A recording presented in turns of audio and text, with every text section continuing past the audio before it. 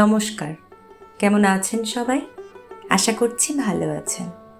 আচ্ছা বলুন তো, ক্ষুধার কি কোনো জাত হয়, নাকি খিদের কষ্টটা সবার জন্যই এক?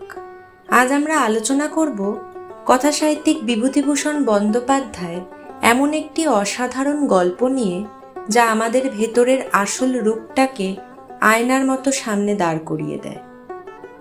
গল্পের নাম পার্থক্য।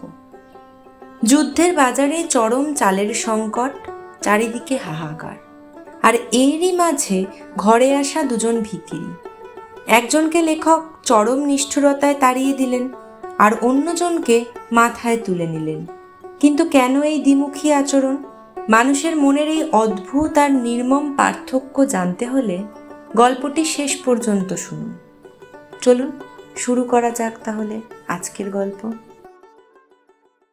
সকাল হইতে ভিখিরির উপদ্রব লাগিয়াই আছে। এদিকে ঘরে চাউল নাই, ক্রমশই কমিয়া আসিতেছে। গৃহিণী জানাইলেন, চাউল যা আছে তাহাতে আর দিন চারেক চলিবে। বাজারে চাউল নাই এ কথা বলিলে ভুল হইবে। আছে চোরা বাজারে 37 টাকা মণ। গৃহিণীকে শুনাইয়া বলি, ভাতের ফ্যানে যা কিছু সার অংশ থাকে, ফ্যান যে ফেলে দেওয়া হয় ওতে সত্যিই আমাদের বড্ড যা কিছু পুষ্টিকর ওর সঙ্গে বেরিয়ে যায়। সাহেবেরা ফ্যান ফেলে না, জাপানিরা ও ফেলে না।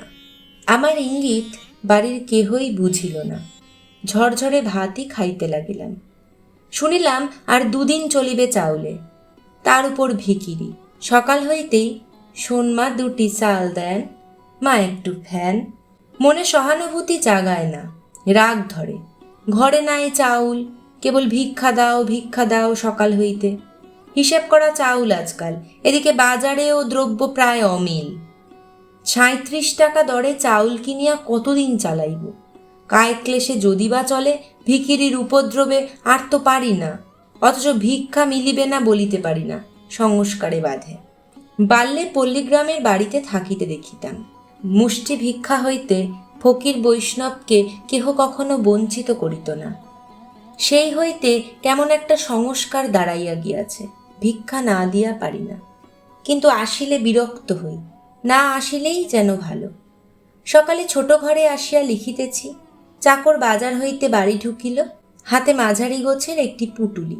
বাড়ির ভিতর হইতে মেয়েরা কি চাউল আনিতে পাঠাইয়াছিল? ভাড়ার খালি? বলিলাম, ওতে কিরে?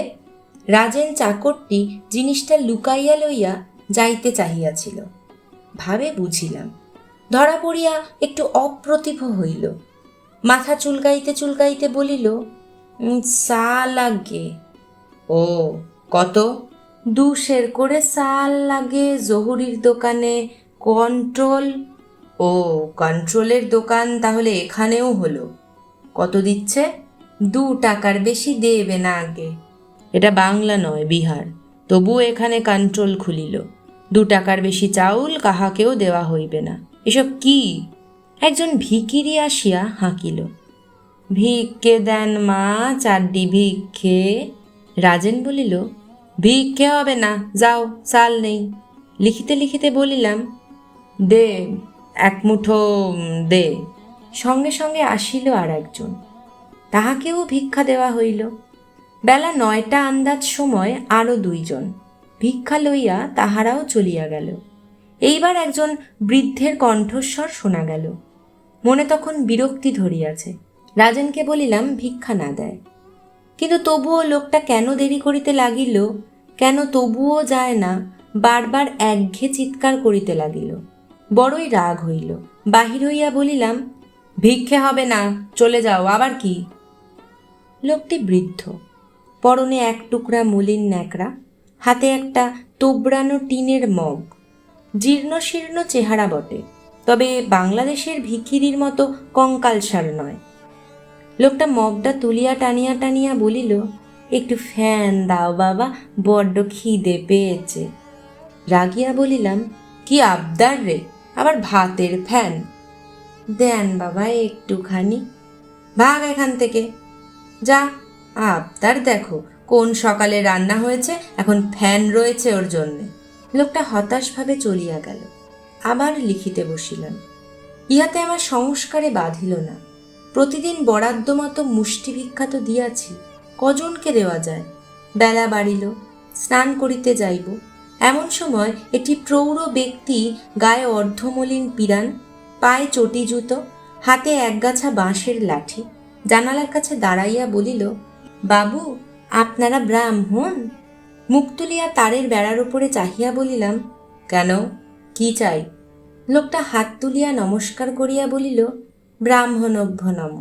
প্রতি নমস্কার করিয়া বলিলাম, কোত্থেকে আসা হচ্ছে? বাবু, ঢুকবো বাড়ির ভেতর? আমিও ব্রাহ্মণ। হ্যাঁ, আসুন। লোকটা বাড়িতে ঢুকিল বটে, কিন্তু বারান্দায় না উঠিয়া উঠানেই দাঁড়াইয়া বলিল, একটা কথা আছে। অনেক খুঁজেছি, ব্রাহ্মণ বাড়ি পাইনি। আমার বাড়ি নদে শান্তিপুর। মুসাবনীতে আমার এক আত্মীয় কাজ করে, সেখানেই যাচ্ছি। সঙ্গে একটি ছোট ছেলে আছে, ওই আতাতলায় বসিয়ে রেখে এসেছি। একটু খাবার জল যদি আমাদের দেন। হ্যাঁ হ্যাঁ, তার আর বেশি কথা কি, বিলক্ষণ। ডেকে আনুন, ডেকে আনুন। ছেলেটিও আসিল। দেখিয়া বুঝিলাম ইহারাও দুর্দশাগ্রস্ত ভিক্ষু, মুখে খাদ্য চাহিতে পারিতেছেন না। বলিলাম, আপনাদের খাওয়া হয়নি তো? এত বেলায় কোথায় যাবেন? এখানেই দুটো ডাল ভাত। না না, একটু জল খেয়েই যাব। আপনাকে আর কোনো বিরক্ত? মুসাবনীতে আমার ভাইপো। সে কি হয়, বসুন বসুন। মুসাবনী এখান থেকে 6 মাইল পথ। না খাওয়াইয়া ছাড়িলাম না। দুজনে খাইয়া দাইয়া বিশ্রাম করিয়া বিকালের দিকে চলিয়া গেল। রাত্রে শুইবার সময় হঠাৎ মনে পড়িল, এ কেমন হইল? ভাতের ফ্যান চাহিতে ভিখারির উপর রাগিয়া উঠিলাম, অথচ নদে শান্তিপুরের ব্রাহ্মণ শুনিয়া আদর করিয়া দুজনকে খাওয়াইলাম। তখন তো চাউল বাঁচাইবার কথা মনে উঠিল না। কেন এমন হয়? ভাবিয়া দেখিলাম, ইহার কারণ সে ভিখিরি আমার শ্রেণীর মানুষ নয়। নিজেকে আমি ভিখিরি কল্পনা করিতে পারি না, কিন্তু মনে মনে নিজেকে নদিয়াবাসী দরিদ্র ব্রাহ্মণ রূপে অনায়াসে কল্পনা করিতে পারি। বিভূতিভূষণ বন্দ্যোপাধ্যায়ের এই পার্থক্য গল্পটি আসলে আমাদের সবার মনের ভেতরের এক লুকিয়ে থাকা সংকীর্ণতাকে চোখে আঙুল দিয়ে দেখিয়ে দেয়। আজ যুগের পরিবর্তন হলেও আমাদের মানসিকতার কি খুব বেশি পরিবর্তন হয়েছে? জাতপাত বা সামাজিক পরিচয়ের এই পার্থক্য কি আজও আমাদের সমাজে রয়ে যায়নি? আপনার কি মনে হয়? কমেন্ট করে অবশ্যই জানাবেন। গল্পটি ভালো লেগে থাকলে ভিডিওটিতে একটি লাইক দিন এবং আপনার বন্ধুদের সাথে শেয়ার করুন। আর বাংলা সাহিত্যের এমন চমৎকার সব গল্পের সন্ধান পেতে চ্যানেলটি অবশ্যই সাবস্ক্রাইব করে আমাদের পাশে থাকতে ভুলবেন না। আজ তবে এই পর্যন্তই। খুব শিগগিরই দেখা হচ্ছে অন্য কোনো লেখকের অন্য কোনো নতুন গল্প নিয়ে।